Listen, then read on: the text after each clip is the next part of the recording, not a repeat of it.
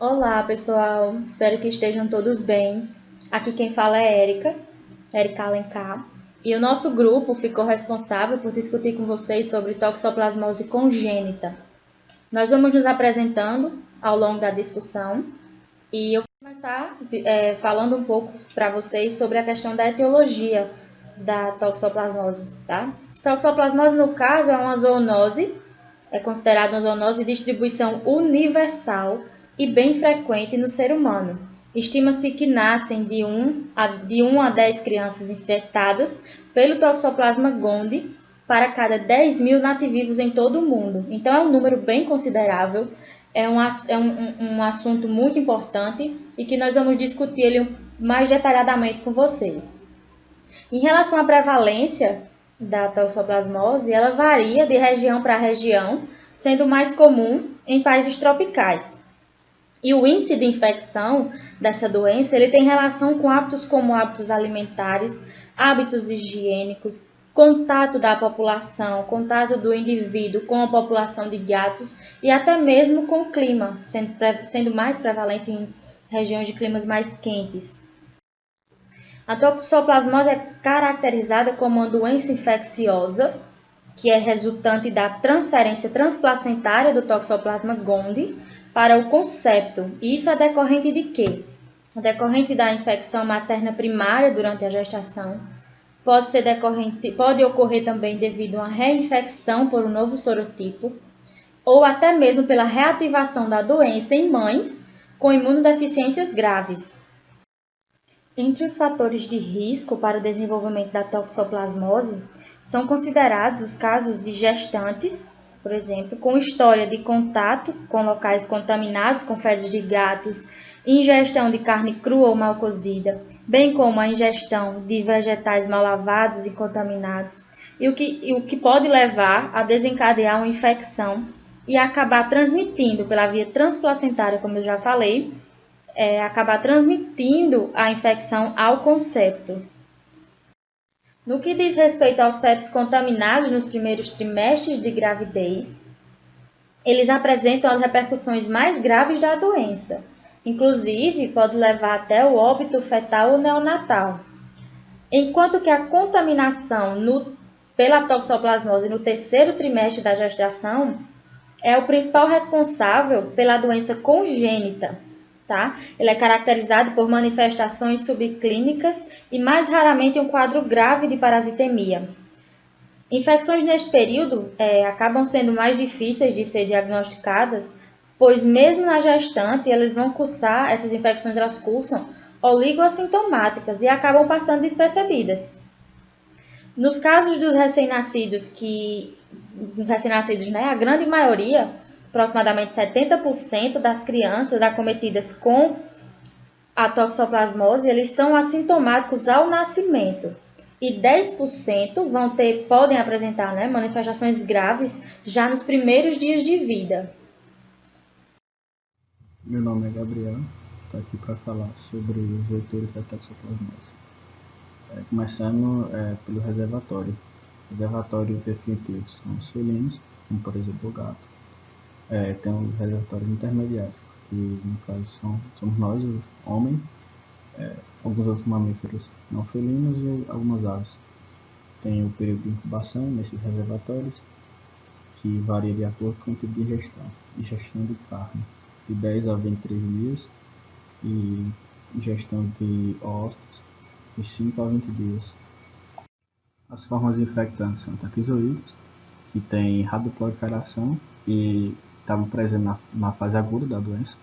Os bradyzoídeos, que são encontrados em vários tecidos, como o nervoso muscular, esqueleto e cardíaco, presente comumente na fase crônica, e os oócitos, já maturados com os 8 esporozoídeos. Aqui é apenas para ilustrar as formas evolutivas, que são divididas em taquizoídeos, bradyzoídeos e esporozoídeos. Apenas uma ilustração. O ser humano pode adquirir a infecção por 3 vias principais. A primeira é por ingestão dos ossos, como foi citado anteriormente, contendo esporozoídeos, geralmente presentes em água, alimentos, no solo ou disseminado por moscas e baratas. A segunda forma é pela ingestão dos próprios cistos, contendo o braziloído, que é encontrado na carne crua ou mal cozida, especialmente na de porco. A terceira forma é a transplacentária, via circulação materno-fetal, com a passagem dos taquizoídes presentes em grande número na circulação materna durante a fase aguda da infecção. Muito comum a infecção no terceiro trimestre da gravidez. E por fim, o ciclo de transmissão. Partindo do gato, esse período definitivo, que vai fazer a alienação dos óvulos pelas fezes. Depois da maturação, ele pode ter direto contato com o hospedeiro intermediário, seja ele humano ou por de animais. No humano diretamente seria pelo solo, água e alimentos contaminados, de forma passando por outros hospedeiros. Teria as carnes mal cozidas, que aí seria de porco, de ovelha, e da mesma forma que o gado pode se reinfectar por carne também mal cozida. Essa transmissão, depois de chegar no ser humano, pode chegar até o feto infectado. Pode infectar o feto, na verdade, pela transmissão transplacentária dos taquizoídes. Bom, vamos lá. Meu nome é Lucas e eu vou falar um pouco sobre os índices da toxoplasmose congênita no Brasil e fazer uma comparação desses valores com o resto do mundo, principalmente com os Estados Unidos. Mais de 50% dos escolares e 50 a 80% das mulheres em idade fértil apresentam anticorpos contra o parasita, IgG positivo. O Brasil apresenta uma das mais elevadas prevalências da toxoplasmose em todo o mundo. Nos Estados Unidos, 15 a 50% das mulheres em idade fértil apresentam esses anticorpos, ou seja, no Brasil esse número é bem mais elevado. Esse próximo dado eu vou falar um pouco por cima, que pode ser que já tenham falado ou irão falar em outros slides, mas vale a pena ressaltar. A taxa de transmissão vertical apresenta relação direta com a idade gestacional, sendo mais comum a transmissão no final da gestação, enquanto a gravidade do comprometimento fetal apresenta relação inversa, sendo mais comprometido o feto infectado no início da gravidez. O que eu acabei de ler. Quanto maior a idade gestacional, maior o risco de transmissão vertical de mãe para o feto. Porém, essa infecção podemos dizer que geram umas sequelas menores. Isso, geram sequelas menores. Enquanto que, quanto mais cedo ocorrer a transmissão, a idade gestacional menor, piores são as sequelas para o feto, podendo gerar até óbito. Estima-se que nascem 1 a 10 crianças infectadas pelo Toxoplasma gondii para cada 10 mil nativos em todo o mundo. Fazendo uma comparação com os países, o Brasil é o que tem o maior índice, de 5 a 23 a cada 10 mil nascidos vivos. Nos Estados Unidos, esse número fica de 1 a 10, na Suíça fica de 4,3, Dinamarca 2,1, França 3 e Suécia 0,73 por 10 mil nascidos vivos. Olá, me chamo Biels Clébio Júnior e eu fiquei com a parte da fisiopatologia da toxoplasmose congênita, que é para a gente entender melhor como é que esse parasita ele vai se comportar dentro do corpo humano e as alterações que ele vai causar nos órgãos. De início é importante a gente saber que a patogenia da doença ela vai depender diretamente de 3 fatores. Esses são a quantidade de formas infectantes adquiridas, o tipo de cepa do parasito, se é virulento ou se é virulenta, e a suscetibilidade do hospedeiro, que está muito ligada à imunidade. Em geral, não produz sinais clínicos importantes em um organismo saudável, mas ele pode se manifestar de forma grave, como vou citar posteriormente. Basicamente, a disseminação ela vai ser linfática e hematogênica. E o parasita ele vai causar áreas de necrose em diferentes órgãos, além de uma resposta inflamatória importante nesses órgãos, devido a um crescimento intracelular de taxoítos do Toxoplasma gondii. Bom, para a gente entender melhor a fisiopatologia, eu vou começar relembrando um pouco aqui do ciclo biológico do parasita, certo? Eu vou descartar essa parte do ciclo sexuado e vou focar mais na parte do ciclo assexuado. Basicamente, você vai adquirir a toxoplasmose quando você ingere alimentos que possuem oocistos esporulados, ou quando você ingere carne crua ou mal cozida contendo cistos, carne de boi ou carne de porco, que também são hospedeiros intermediários como o ser humano. Tanto os oocistos como os cistos vão passar pelo suco gástrico após a ingestão sem sofrer grandes alterações, e vão se desenvolver no intestino, se transformando na sua forma taxoíta, certo? Ao se transformar na sua forma taxoíta, eles vão fazer a invasão do epitélio intestinal. Após fazer a invasão intestinal, do epitélio intestinal, eles vão parar nos linfonodos mesentéricos, sendo aqui, essa primeira etapa, a disseminação linfática. E depois os linfonodos mesentéricos vão parar no sangue através do ducto torácico e do ducto linfático direito. Essa aqui vai ser, no caso, a disseminação hematogênica. E quando chegam no sangue, eles vão parar nos mais diversos órgãos possíveis. E no caso da grávida, um desses órgãos vai ser a placenta. Ao atingir a placenta, a chance de transmissão vertical da toxoplasmose, ou seja, de mãe para feto, aumenta com prolongada gestação. Então, basicamente, o que o Toxoplasma gondii vai fazer no organismo vai ser a invasão de células de vários órgãos, vai ser a proliferação dentro dessas células, desses órgãos, causando a lise dessas células e provocando, no caso, uma resposta inflamatória importante, além de áreas de necrose importante em vários órgãos. Eles podem atingir a placenta, causando a placentite, pode atingir os olhos, causando a corioretinite, pode atingir o cérebro, causando calcificações cerebrais e distúrbios neurológicos, além de áreas de necrose focais. Pode atingir também o sistema linfático, como falei, causando um comprometimento ganglionar generalizado. Podem atingir o fígado e o baço, causando hepatosplenomegalia. Podem causar, além disso, edema, anemia e trombocitopenia, que estão muito relacionados à hepatosplenomegalia e ao comprometimento ganglionar generalizado, e também podem atingir o coração, causando miocardite. Meu nome é Flávia Thalia, eu vou falar sobre os riscos da toxoplasmose para a gestação. No Brasil, a toxoplasmose possui uma elevada prevalência, tornando-se um grande problema de saúde pública, principalmente por causa da elevada morte e mortalidade da infecção. Por isso, eu trouxe só alguns dados que eu encontrei nas referências consultadas para essa apresentação. Estima-se que entre 20% a 50% das mulheres em idade reprodutiva vão ser suscetíveis ou vão correr o risco de adquirir a infecção durante a gestação. E a prevalência da infecção é de 5 a 23 casos a cada 10 mil nascidas vivas no Brasil. A toxoplasmose, ela é geralmente assintomática para a mãe. Quando os sintomas acontecem, são geralmente sintomas inespecíficos, como um mal-estar, uma dor de cabeça, provavelmente uma febre baixa. Os maiores riscos vão ocorrer para o feto, principalmente de acordo com a idade gestacional em que aquela infecção foi adquirida.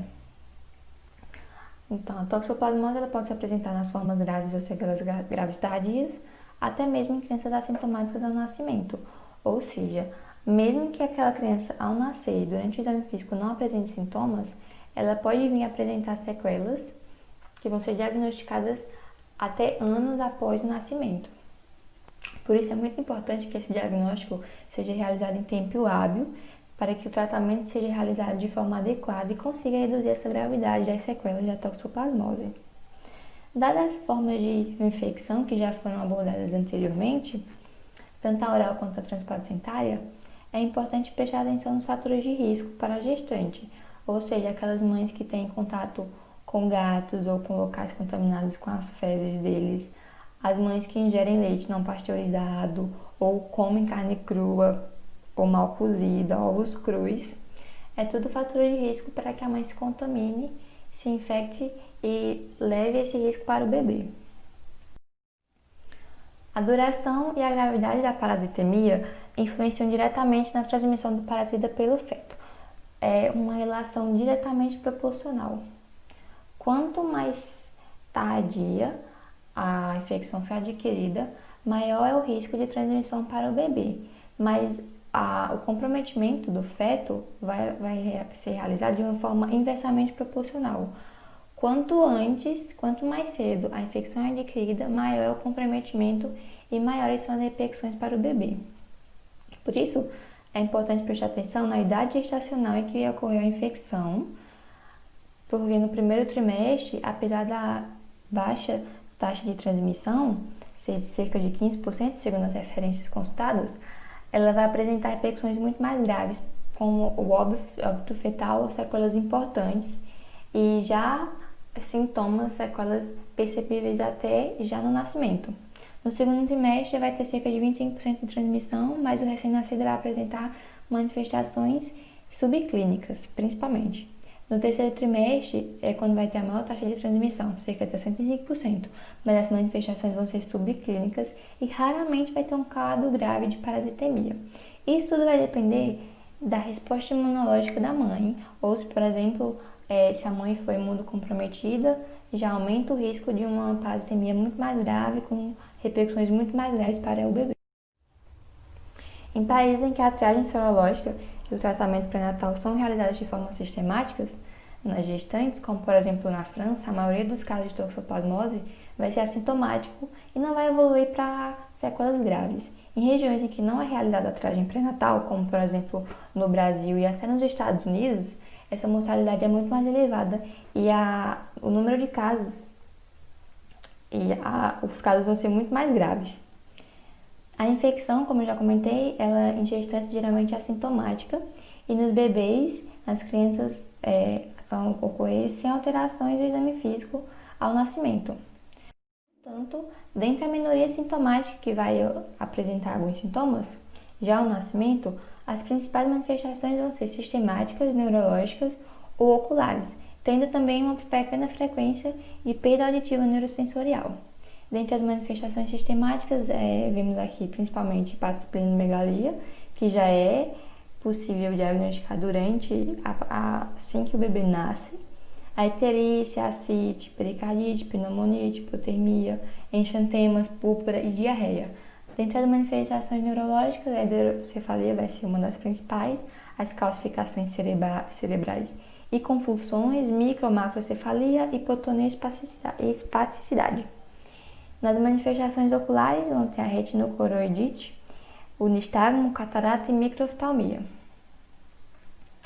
É também importante lembrar que a infecção da placenta não necessariamente vai significar uma infecção fetal. No entanto, mesmo que essa taxa de parasitemia da mãe seja reduzida, a placenta ainda pode continuar a ser uma fonte de infecção para o feto.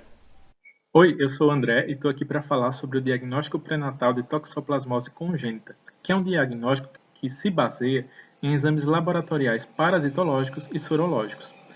Muito entanto, os parasitológicos, como por exemplo o exame direto, eles não são convencionais, eles não são comumente utilizados. São preferidos os exames que são sorológicos, como ELISA, como o RIF e até mesmo o PCR para avaliação de contaminação fetal por mãe infectada, através da coleta do líquido amniótico. Nesse slide, podemos ver uma imagem meramente ilustrativa sobre os anticorpos. O aumento dos anticorpos IgA e IgM ele está associado a uma infecção recente, enquanto que o aumento e a estabilização do IgG indica uma infecção prévia, anterior, a algum tempo. Por que a gente tem que pesquisar isso?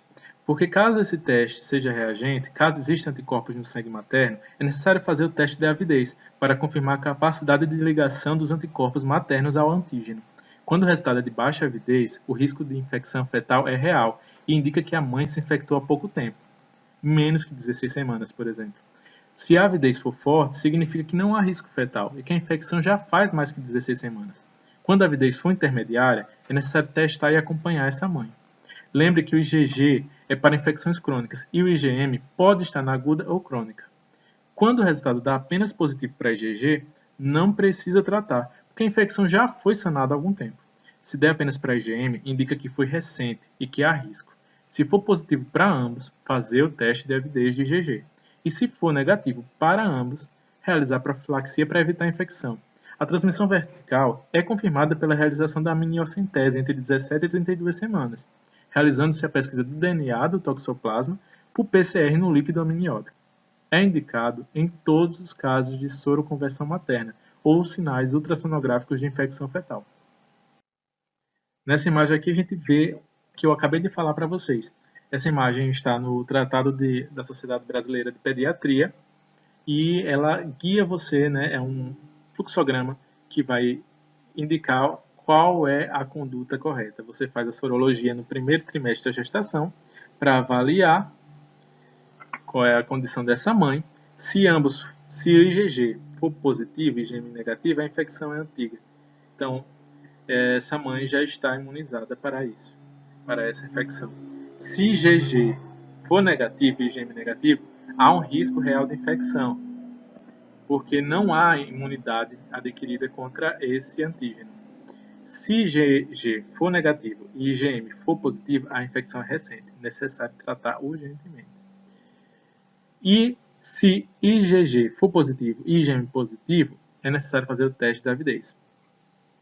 Bom, meu nome é Rebeca e eu vou explicar a respeito do diagnóstico pós-natal. Como é a infecção que vai atingir a via hematogênica, as manifestações clínicas da doença são diversas. Vai poder acometer determinados órgãos-alvos, por exemplo, o fígado, o baço, aumentando o tamanho desses órgãos. Inclusive pode provocar icterícia, ascite, como também a via hematogênica pode direcionar a infecção para o olho, para a região ocular, sobretudo da retina, que pode ocasionar uma retinocoreoidite, que é a infecção dessa região, assim como em casos mais graves, pode atingir a parte neurológica, pode calcificar determinadas regiões do cérebro, pode provocar convulsões, o aumento da produção do líquor, macrosomia, que também é comum em pacientes com a toxoplasmose congênita. E também vale ressaltar que ela tanto pode ser adquirida na gestação e a gestação pode transmitir ao feto por meio da placenta. Então, como critério de confirmação das manifestações clínicas, temos o uso laboratorial. E é bastante comum exames parasitológicos e sorológicos. Parasitológico, PCR, que é a reação em cadeia da polimerase. Ele vai analisar o DNA do parasita no sangue, por exemplo, no sangue do bebê. No sangue, no líquor, na urina. E temos também o sorológico, que vai analisar os anticorpos no organismo, que é feito através da técnica dos imunoenzimáticos, ELISA e FI.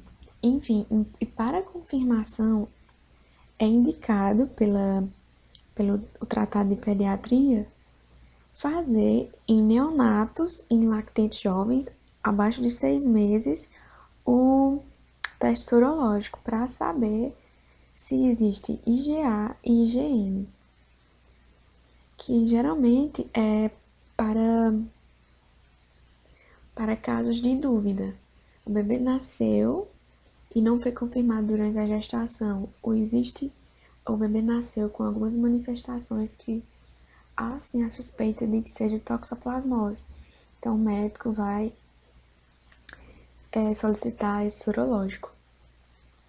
Outra possibilidade também muito comum em casos graves com sintomas neurológicos, como eu falei, convulsão, calcificação no cérebro, que é solicitado o líquor.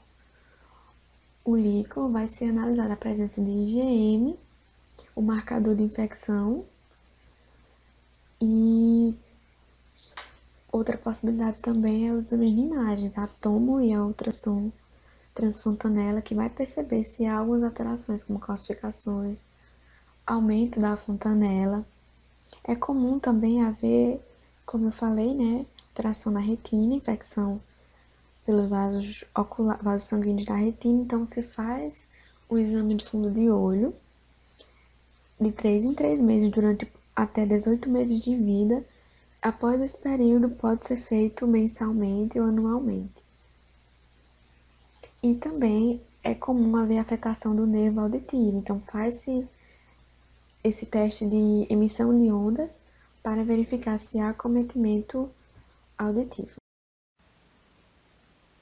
Meu nome é Mariana e eu vou falar um pouco sobre o quadro clínico. Bem, alguns fatores vão influenciar na apresentação clínica da doença, como a competência da resposta imune do hospedeiro, a genética tanto do hospedeiro como do parasita, a carga parasitária infectante, a forma infectante desse parasita, se está como o oocístio, que pode ser contraído por meio de mãos, água ou alimentos contaminados, ou na forma de cistos teciduais, que são encontrados em carnes cruas ou mal passadas, como também a virulência da cepa. Quando se trata da infecção congênita, ainda temos que considerar, além dos fatores citados acima, a idade gestacional em que ocorreu a infecção materna e o tratamento materno durante a gestação.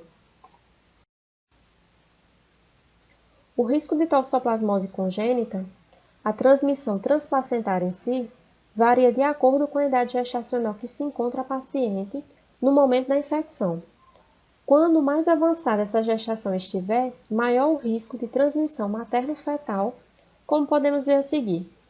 No primeiro trimestre, o risco vai ser apenas de 17%, quando comparado ao terceiro trimestre, que já é de 65%. Com relação à gravidade, considerando também a idade gestacional que ocorreu essa infecção, vai ser justamente o contrário. Quanto mais no início da gestação, maior o risco da criança apresentar complicações.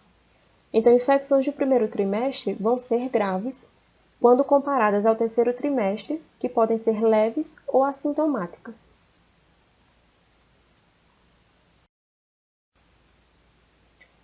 O RN vai ser assintomático em cerca de 85%. Bem, nesse quadro, ele vai resumir a clínica que o paciente pode apresentar. Como eu falei para vocês, a maioria dos casos vai ser assintomático, em torno de 90% dos recém-nascidos, ou podem ser sintomáticos, apresentando manifestações que podem ser sistêmicas, cursando com exantema, hepatosplenomegalia, icterícia, ascite, pericardite, pneumonite, hipotermia, púrpura e diarreia, como também manifestações neurológicas, que as principais são hidrocefalia e as calcificações cerebrais. E as que mais repercutem são as manifestações oculares, que podem ser retinocoroidite, o nistagmo, a catarata e a microftalmia. E aqui embaixo vocês ainda podem ver que a gente separou hidrocefalia, corioretinite e calcificações intracranianas, que são justamente o que caracteriza a síndrome de Sabin.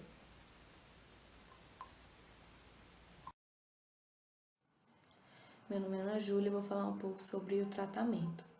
Recém-nascidos e lactantes com toxoplasmose congênita, independentemente da presença de manifestações clínicas, devem ser tratados com pirimetamina, sulfadiazida e ácido folínico desde o nascimento até o primeiro ano de vida. Estudos mostram que crianças com essa infecção subclínica, que não são tratadas no primeiro ano de vida, elas podem vir a apresentar durante seu crescimento um atraso no desenvolvimento neuropsicomotor e déficit visual. Esses medicamentos não estão disponíveis em solução para uso pediátrico, então eles devem ser manipulados na forma de pó ou suspensão. A presença de lesões ativas localizadas na retina central, mácula e ou no nervo óptico, ou a hiperproteinorraquia, que seria o aumento da proteína no líquido, maior do que 1 grama por decilitro, indica o uso de prednisona ou prednisolona, até a redução do processo inflamatório. Como essas drogas são potencialmente mielossupressoras, ou seja, elas vão suprimir a função da medula espinal, durante o seu uso, a criança deve realizar um hemograma de 2 a 4 semanas. Bom, então essa tabela vai trazer a droga de escolha e a dose para o tratamento específico da toxoplasmose congênita. O primeiro caso é uma criança com suspeita e manifestações clínicas e com todos aqueles critérios diagnósticos positivos. Essa criança a gente vai tratar com a tríade pirimetamina, sulfadiazida e ácido folínico por 1 ano. Quanto às doses, a pirimetamina vai ser dividida de 6 em 6 meses. Nos primeiros 6 meses, 1 mg por quilo por dia e uma dose única diária, via oral. Nos segundos 6 meses, vai ser a mesma dose, porém dividida em 3 vezes por semana, durante mais 6 meses. A sulfadiazina vai ser 100 mg por quilo por dia, dividido em 2 doses, de 12 em 12 horas, por via oral durante 1 ano. Já o ácido folínico vão ser de 10 a 15 mg em dose única via oral, 3 vezes por semana, e ela pode ser administrada até 1 semana após a interrupção da pirimetamina. Como eu já disse, esse tratamento vai durar 1 ano. Durante esse tratamento, precisam ser tomados alguns cuidados, como fazer hemograma semanalmente, de 2 a 4 semanas, pesar a criança mensalmente e ver se é necessário ajustar a dose. A criança deve ingerir bastante líquido. E também causa alguns efeitos adversos, como a farmacodermia, insuficiência renal e a supressão da medula óssea. O outro caso seria a toxoplasmose com retinocoroidite. Nesse caso, além da tríade, vai se usar a prednisona ou prednisolona. A dose vai ser em 1 mg por quilo por dia, em 2 doses diárias por via oral. Pode ser em 12 horas. Já o tempo de uso vai ser variável de acordo com a evolução da inflamação. Ou seja, esse fármaco só vai ser usado até que a inflamação cesse, acabe. Quando esse processo de inflamação evolui para a resolução, é necessário interromper o corticoide lentamente, tem que fazer o desmame, cerca de 3 semanas, sempre mantendo os antiparasitários.